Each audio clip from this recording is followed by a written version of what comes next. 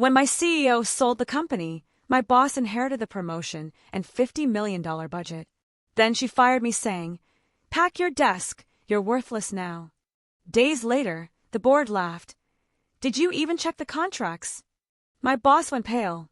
Because the contract said, "Welcome to Cheat Sheet Tales, where loyalty dies, lies bleed out, and the truth hits like a slap to the face." These aren't just stories. They're confessions soaked in betrayal and regret. Ever spotted a red flag when it was already too late? Say it in the comments. Hit the subscribe button, and then, let's tear into today's tale. Pack your desk. You're worthless now. The words sliced into me as Phoebe stood over my cubicle, her diamond bracelet, catching the light as she gestured dismissively at my workspace. Every head in the office turned. 20 pairs of eyes witnessed my public execution. "But the system launches next week," I whispered, my voice barely audible even to myself. "A system we no longer need you for," she replied loud. "Enough for everyone to hear. The acquisition is complete. I've been given full control of implementation with a $50 million budget. Your contribution is no longer required."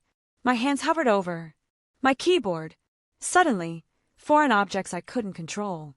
Just 30 minutes earlier, the company-wide email had announced our acquisition.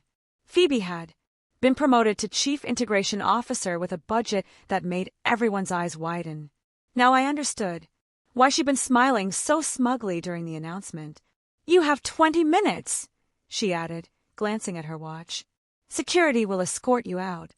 As I robotically placed my personal items into a cardboard box, my mind raced through the implications.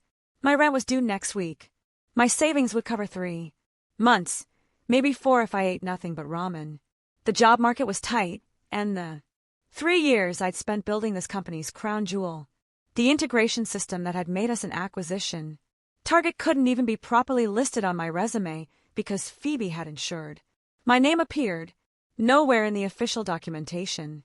I walked out with my head high, though my legs felt like they might buckle with each step.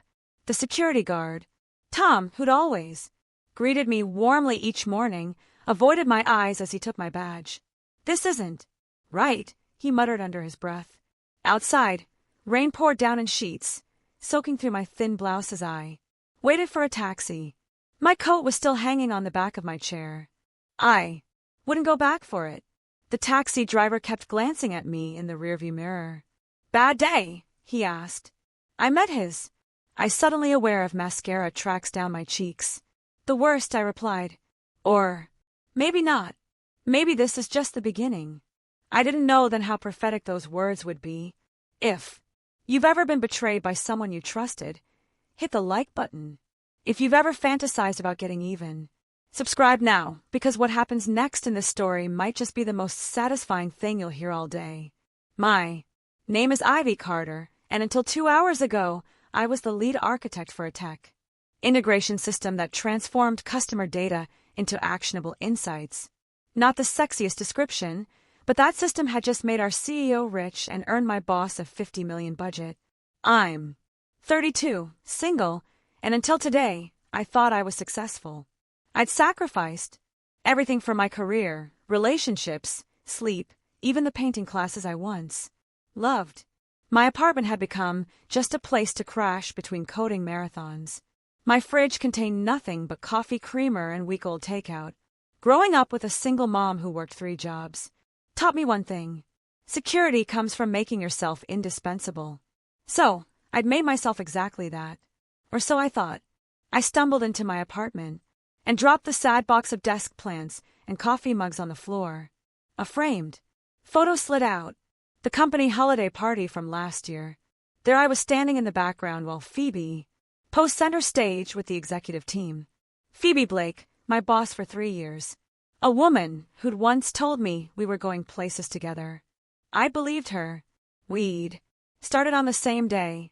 Me as a developer, her as project manager. I created the systems. She presented them to clients. I stayed late debugging. She worked at happy hours. When she was promoted to director, she brought me with her as her technical lead. "We're a team," she said. "Your brain, my face." I believed her because I wanted to. Because I was more comfortable with code than people. Because presenting to rooms full of executives made my palms sweat. And my words tangle. Because Phoebe seemed to genuinely value my work even if she never quite understood how it functioned until she did. 3 months ago, I noticed her asking different questions, taking more detailed notes, requesting access to repositories she'd never cared about before. I thought she was finally taking an interest in the technical side. I was flattered. I pulled my laptop from my bag and opened it on my kitchen counter. My personal laptop. Thank goodness. Not my work computer. As it booted up, I poured myself a glass of wine I couldn't afford to waste, but desperately needed. The integration system had been my idea from the start. When our company struggled to differentiate itself, I proposed a solution that would seamlessly connect disparate data sources in real time, something our competitors couldn't do. The executives were skeptical until Phoebe championed it. "Ivy can build this," she had told them confidently. "I'll make sure of it." For 18 months, I barely slept. I built, tested, rebuilt, and refined. When early tests showed promising results, Phoebe began showcasing the system to potential investors. The demos were carefully scripted. I would set everything up, then step aside as Phoebe wowed them with the interface I designed. "It's just business," she explained. "They respond better to my presentation style." She wasn't wrong. Phoebe had a way of making people feel both impressed and at ease. Her background in sales had taught her exactly how to read a room. Meanwhile, I preferred the comfort of my code. As the system gained attention, so did Phoebe. Industry magazines featured her as an innovator to watch. At conferences, she was invited to speak about her revolutionary approach. I told myself it didn't matter. We were a team, and teams shared credit. What a fool I'd been. I opened my email and stared at the message that had arrived minutes before my termination. Exciting news. Acquisition complete. The CEO thanked everyone for their hard work, especially highlighting Foe's visionary leadership in developing the integration system that had caught the buyer's attention. My name appeared nowhere. My phone buzzed. A text from Leo, one of the junior developers. "What happened? Are you okay?" I stared at it, unsure how to respond. Leo had joined 6 months ago. I trained him personally, showing him the architecture I'd created, the elegant solutions to complex problems. "I'm fine," I typed. "Back, just business." Another message appeared below it. "Phoebe called an emergency meeting. Says there are concerns about the system. Documentation says only she understands how to fix it." My fingers froze over the screen. Documentation. I documented everything meticulously. It was my nature, every function, every variable, every potential edge case. But the documentation lived in a secure repository that only I had full access to. Or so I thought. 2 weeks ago it had performed a routine security update that required everyone to reset their passwords. Had Phoebe somehow gained access during that window, I quickly logged into the repository. Everything looked normal except there was a download history I didn't recognize. Someone had exported the entire documentation library last Friday evening, the night of the company party, the party I'd skipped to complete the final module. A cold sensation washed over me. She'd planned this, waited until the system was complete, the documentation finished, and the acquisition guaranteed. Then she'd taken everything and cut me loose. I was replaceable, worthless. I closed my laptop and pressed my palms against my eyes. Think, Ivy. Think. That's when I remembered the contract. Not my employment contract. That had been standard boilerplate that gave the company ownership of anything I created. But there had been another document, one I'd insisted on before joining. I pulled open my filing cabinet and dug through folders until I found it. A simple 2-page addendum signed by the previous CEO, by legal and by me. At the time, it had seemed like standard protection for a cautious newcomer. The company had been small then, eager to hire someone with my skills, willing to accommodate what seemed like a minor request. As I reread it now, my heartbeat quickened. Section 6, Paragraph 4. Any proprietary integration. Systems developed by the employee shall remain the intellectual property of said employee until formal transfer, which must include 1 a 2-month transition period and 2 appropriate compensation for ownership rights as determined by independent valuation. My hands began to shake, but not from fear. For the first time since hearing Phoebe's cruel dismissal, I felt something else. Hope. I grabbed my phone and scrolled through contacts until I found a name I hadn't called in years. Diego Reyes. We'd met at a coding boot camp before I joined the company. He'd gone on to law school instead of tech, specializing in intellectual property. I hesitated, my finger hovering over his name. Was I overreacting? Was this document even valid after all this time? My screen lit up with another message from Leo. Foes freaking out. Something about missing authentication protocols. The demo for the new parent company is bombing. I pressed Diego's number. Hello. A groggy voice answered. Diego, it's Ivy Carter. I need your help with a contract right now. There was a pause, then the sound of sheets rustling. Ivy, it's almost midnight. I know. I'm sorry, but this can't wait until morning. I wouldn't ask if it wasn't important, I added, suddenly aware of how desperate I sounded. Hold on. I heard rustling, then the click of a lamp. What kind of contract are we talking about? An IP ownership addendum I signed when I joined my company. I was just fired without notice after building the system that got us acquired. Send it. Over, Diego said, his voice sharper now, fully awake. And Ivy, don't contact your former employer until we talk. I took photos of each page and sent them. Then paced my apartment while waiting for Diego to call back. 20 minutes later, my phone rang. This is fascinating, he said without preamble. Did they give you any severance, transition period, ownership compensation? Nothing. Just 20 minutes to clear out my desk. Diego made a sound between a whistle and a laugh. Then they're in breach of this addendum.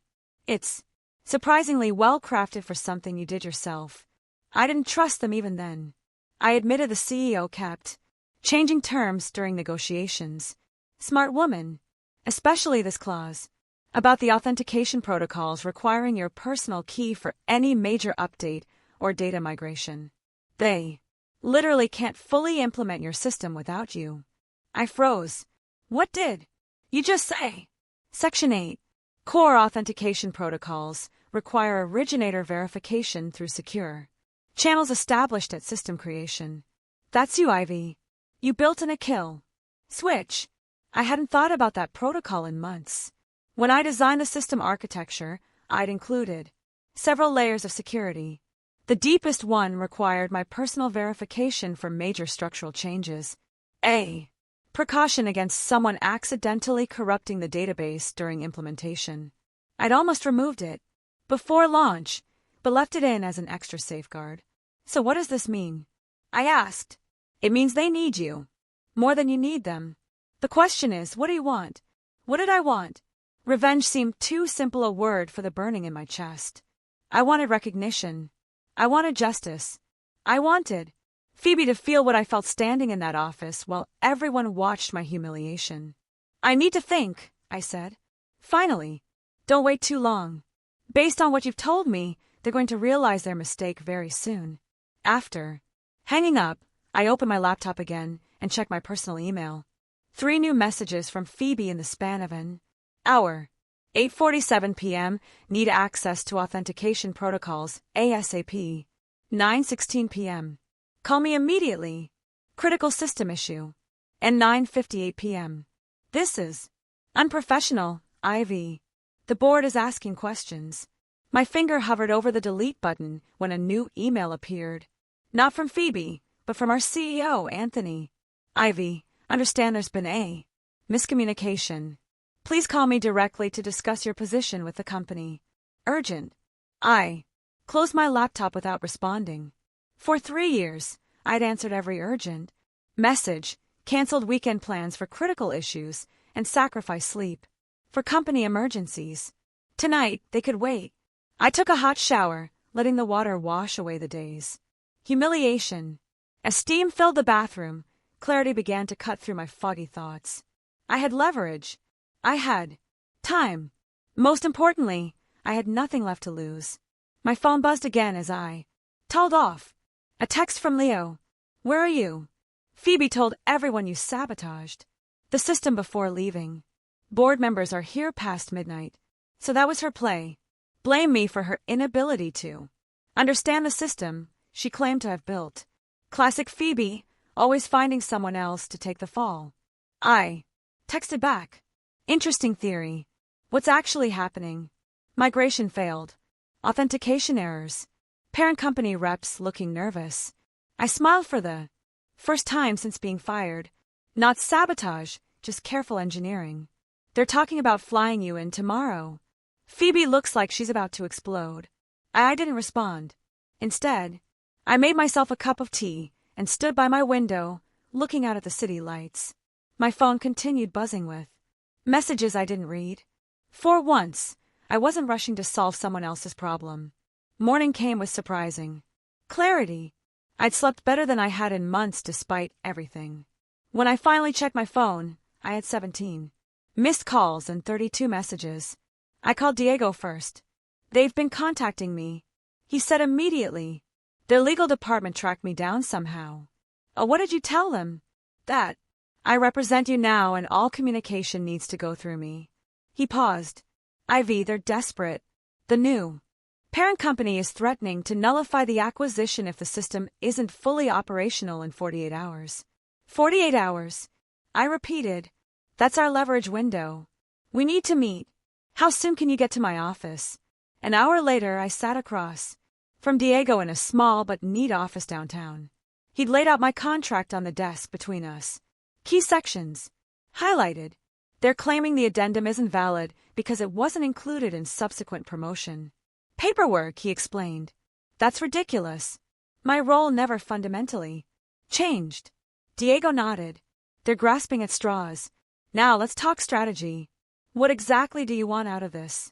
I've been pondering that question all morning. 3 things, I said finally. Full credit for my work. Fair compensation for the system I built, and I hesitated. And Diego prompted, and I want Phoebe exposed for what she did. Diego leaned back, studying me. The first 2 are straightforward. The third is trickier. We can't make exposure a legal demand, but we can create circumstances where the truth comes out naturally, I suggested. A slow smile spread across Diego's face. Now you're thinking like a lawyer. Let's draft our response. We spent the next 2 hours crafting a careful message. Not a list of demands, but an invitation to resolve the unfortunate situation in a way that benefited all parties. By the time we finished, the company had called 4 more times. Ready? Diego asked, finger hovering over the send button. I nodded, and with that simple motion, everything was set in motion. The response came within 15 minutes. A request for an immediate meeting with the board, including representatives from the parent company. They offered to send a car. Too eager, Diego murmured. They're panicking. Good, I said. Let's make them wait until tomorrow. Playing hardball? Diego raised an eyebrow. I like it. We scheduled the meeting for 10 a.m. the next day, giving the company another night of uncertainty.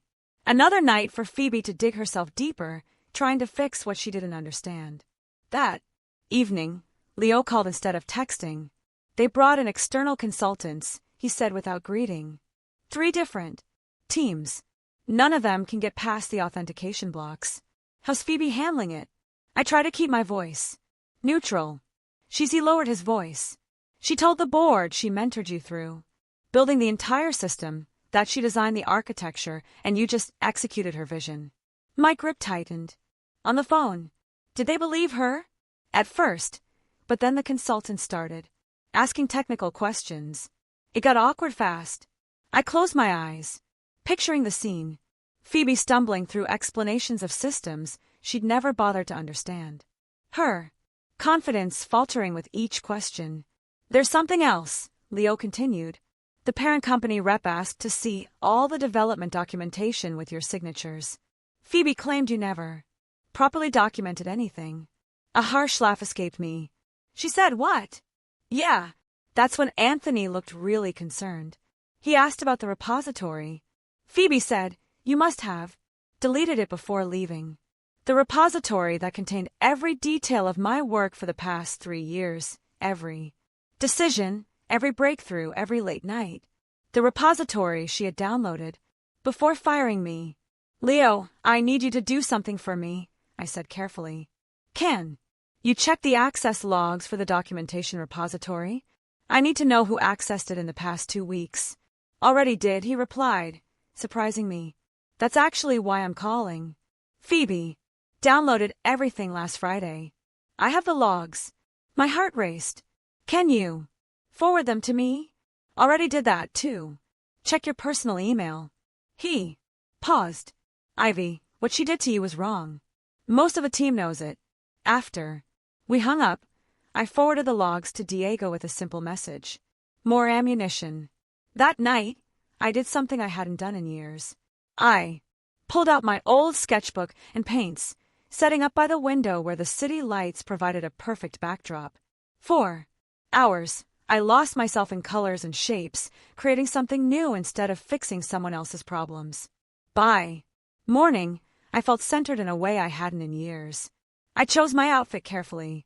Not the standard business attire I'd worn at the company, but a deep green dress that made me feel confident, professional, but distinctly me. Diego met me in the lobby of my former office building. "Remember," he said quietly as we waited for the elevator. "Let me do most of the talking. When you do speak, focus on the technical aspects only. No emotions." I nodded, though containing my emotions would be the hardest part. As the elevator climbed, I silently rehearsed what I would and wouldn't say. The conference room fell silent when we entered. 8 people sat around the table. Anthony, our CEO, 3 board members, 2 representatives from the parent company, a woman I didn't recognize who had legal written all over her crisp suit, and Phoebe. Foe's expression flickered between surprise, anger, and something else. Fear. Before settling into a composed smile. "Ivy, thank you for coming in. We have some concerns about the system implementation. That Miss Carter will be addressing the technical aspects shortly." Diego interrupted smoothly. "But first, we need to clarify the terms of her involvement." He placed copies of my contract addendum on the table, along with printouts of the repository access logs. As each person reached for the documents, I finally allowed myself to look directly at Phoebe. Our eyes met, and in that moment, I saw the exact instant she realized what was happening. The precise second she understood that her carefully constructed narrative was about to collapse. And I knew exactly what I wanted my revenge to be. The boardroom. Air felt charged with tension. Anthony cleared his throat, glancing between the contract in his hands and Phoebe's increasingly rigid posture. "Before we begin," Diego said, "I'd like to establish some facts. Ms. Carter designed and built the integration system that forms the centerpiece of your recent acquisition. According to this addendum, which was properly executed and never superseded, she retains intellectual property rights until specific conditions are met." The company lawyer leaned forward. "This addendum was signed 3 years ago under different management. We contend that if the signatures remain valid," Diego interrupted, "the company accepted the benefits of this agreement for years. You can't now claim it doesn't apply simply because it's inconvenient." One of the parent company representatives, a woman with silver-streaked hair and piercing eyes, tapped the access logs. "Could someone explain what these show?" Before anyone could respond, Phoebe jumped in. "Those are standard backup protocols. As project lead, I regularly archive system documentation." I couldn't help myself. At 11:42 p.m. on a Friday, while I was completing the final module, the room fell silent. The silver-haired woman turned to Phoebe. "You told us yesterday that Ms. Carter failed to properly document the system." Phoebe's voice faltered. There were gaps in her documentation that I was attempting to fill. Anani's expression darkened. "That directly contradicts what you said in our emergency meeting. You claimed Ivy deleted documentation before leaving." "Perhaps I misspoke under pressure," Phoebe said, her smile strained. The important issue is getting the system operational. Indeed, said the silver-haired woman, turning to me. Miss Carter, can you resolve the authentication issues? All eyes turned to me. This was the moment, my opportunity to explain exactly how Phoebe had betrayed me, how she'd stolen credit, how she'd humiliated me. Words bubbled up in my throat. Diego touched my arm lightly, a silent reminder of our strategy. I took a deep breath. Yes, I can resolve the issues. The authentication protocol requires my biometric verification for major structural changes, a security feature to prevent unauthorized system modifications. That seems the company lawyer hesitated. Unusual. It's documented in Section 27 of the Architecture Overview. I replied calmly, which Phoebe approved last year. Phoebe's face flushed. I don't recall that specific you. Page 42, paragraph 3. I continued. Your initials appear in the approval column. The silver-haired woman leaned back, a glimmer of what might have been appreciation in her eyes. How quickly can you implement the necessary fixes, Miss Carter? Diego stepped in. That depends on the terms of Ms. Carter's re-engagement. As her counsel, I must insist on proper recognition of her intellectual property rights, fair compensation, and appropriate credit for her work. Credit, Phoebe interjected. Ivy was part of my team. Teams don't get individual credit. Interesting perspective, Diego replied, sliding another document across the table. These are press clippings where you discussed your revolutionary system. No mention of teams there. Anthony ran a hand through his hair.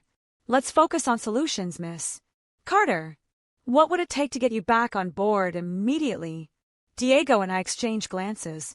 This was proceeding exactly as we'd anticipated.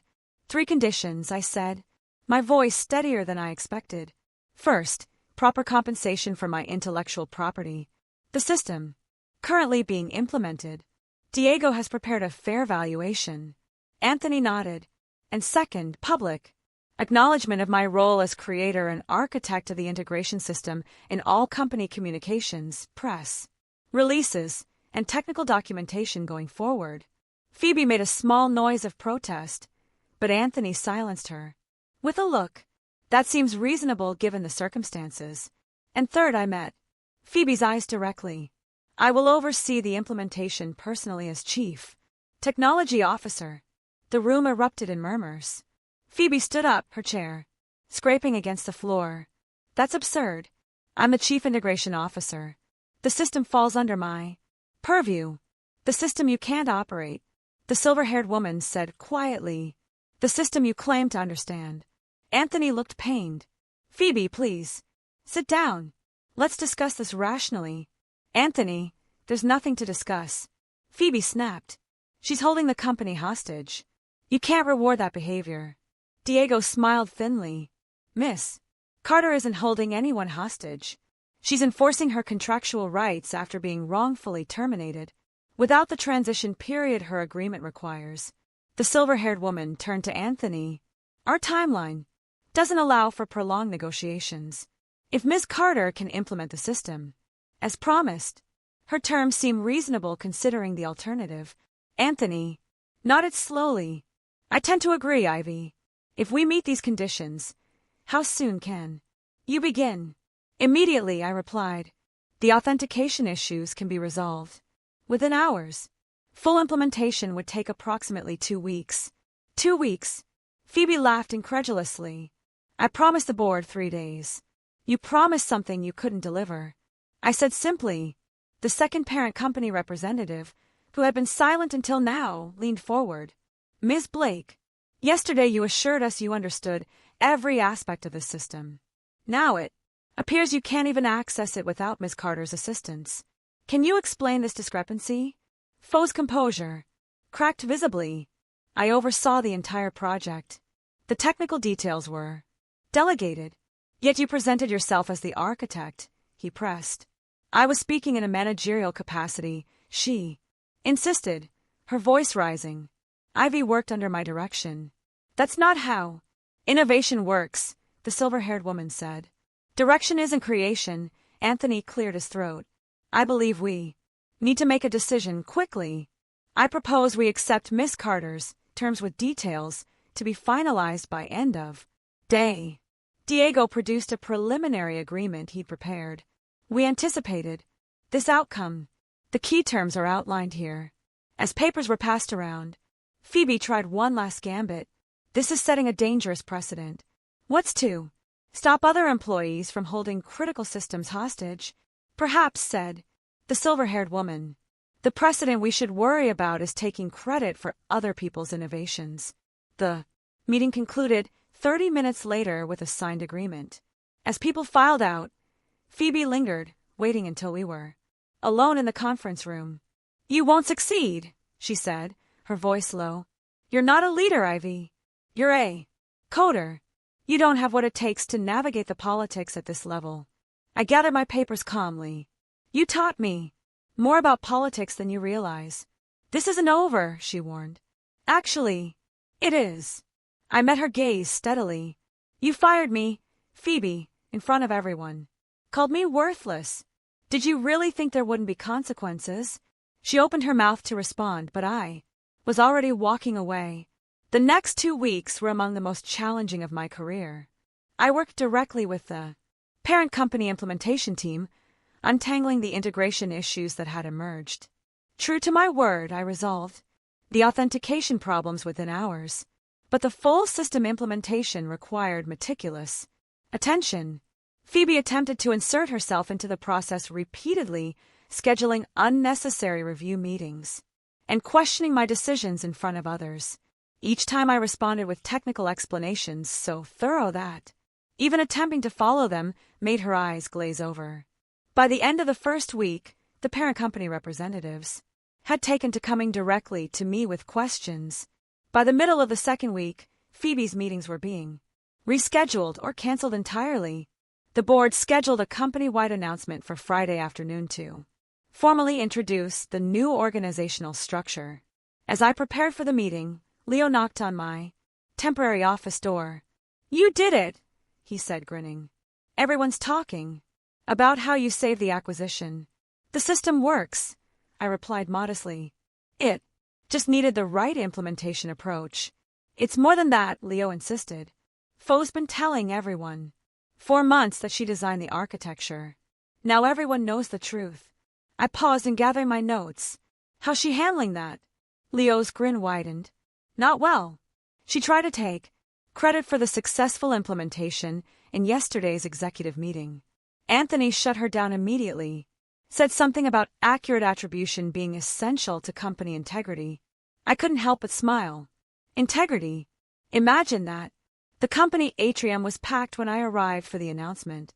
Anthony stood at the podium with board members and parent company executives seated behind him. Phoebe sat at the end of the row, her face a careful mask. As you know, Anthony began, the past 2 weeks have seen significant changes in our organization. The integration of our technologies with our new parent company represents an exciting opportunity for growth. And he continued with standard corporate optimism until reaching the personnel announcements. I'm pleased to introduce our new executive team who will lead us through this transition and beyond. One by one, executives were called forward, their new titles announced to polite applause. When Fo's name was called, I held my breath. Phoebe Blake will be transitioning to our client relations team, where her communication skills will strengthen our customer partnerships, not fired, but demoted and sidelined. From the tight smile on Phoebe's face as she stood for a moment of awkward applause, this was unexpected news to her as well. And finally, Anthony continued, I'm pleased to announce our new Chief Technology Officer, the architect of the integration system that brought us to this momentous juncture, Ivy Carter. The applause that greeted me as I walked to the podium was thunderous. From the development team, I heard actual cheering. As I scanned the crowd, I saw genuine smiles, nods of respect, and more than a few thumbs up from people who had witnessed my humiliation 2 weeks earlier. At the podium, I kept my remarks brief and forward-looking, focusing on the potential of our technology rather than the past. But as I concluded, I couldn't resist one final statement. Success in technology isn't about who speaks the loudest or who can best present an idea. I set my eyes, briefly meeting Phoebe's. It's about innovation, integrity, and the quiet persistence to build something that works exactly as promised. I look forward to leading a team where every contributor is valued for their actual contribution. The pointed message wasn't lost on the crowd. As applause erupted, again, I saw Phoebe slip quietly out a side door. Later that evening, as I was packing up my new office, the corner space that had once been Phoebe's, Diego called with news. The final compensation agreement came through, he said. 6 times your previous salary, plus stock options and the implementation bonus we negotiated and the public acknowledgement. The press release went out an hour ago. You're prominently featured as the architect and creator of the system. There's already interest from tech journals for interviews. I sat back in my chair now, and looked out at the city lights. Thank you, Diego, for everything. You did the hard part, he replied. You built something so valuable they couldn't ignore you. After hanging up, I pulled out my old company badge, the one Tom, the security guard, had awkwardly taken 2 weeks earlier. I'd found it in my new desk drawer with a sticky note. Thought, you might want this back. The photo showed a younger version of me. Hair pulled back severely, expression serious. I hardly recognized that woman. Now, my phone buzzed with a text from an unknown number. Your office looks good on you. Never doubted you'd find your way back. Tom. I smiled and began typing a response when an email notification appeared from Phoebe. My finger hovered over the delete button, but curiosity won out. I opened it. Ivy, I underestimated you. A mistake I won't repeat. This company isn't big enough for both of us, and I won't be relegated to selling what you build. Enjoy your victory while it lasts. I read it twice, then calmly clicked delete. Her threats meant nothing now. The system she claimed as her own had exposed her, and her inability to understand. What she'd taken credit for had been her undoing. No dramatic confrontation needed, no elaborate scheme, just the elegant justice of truth revealing itself. That was my revenge. Not destroying Phoebe, but simply creating space for the truth to emerge. She had destroyed herself by believing she could claim credit for work she didn't understand. I turned off my computer and picked up my bag, ready to head home. Tomorrow would bring new challenges, new systems to build, new problems to solve. But tonight, I would sleep soundly, secure in the knowledge that I had reclaimed not just my work, but my worth. As I walked through the quiet office, I passed the empty desk that had been mine 2 weeks ago. The desk where Phoebe had stood over me and declared me worthless. I paused, running my fingers lightly across its surface. Thank you, I whispered to no one in particular, for showing me that the true measure of my value was never in someone else's hands. If you've ever had someone try to diminish your worth or take credit for your hard work, leave a comment below. And if this story of quiet persistence and truth prevailing resonated with you, hit that subscribe button. Because sometimes the most satisfying revenge isn't about bringing someone else down. It's about rising to exactly where you belong.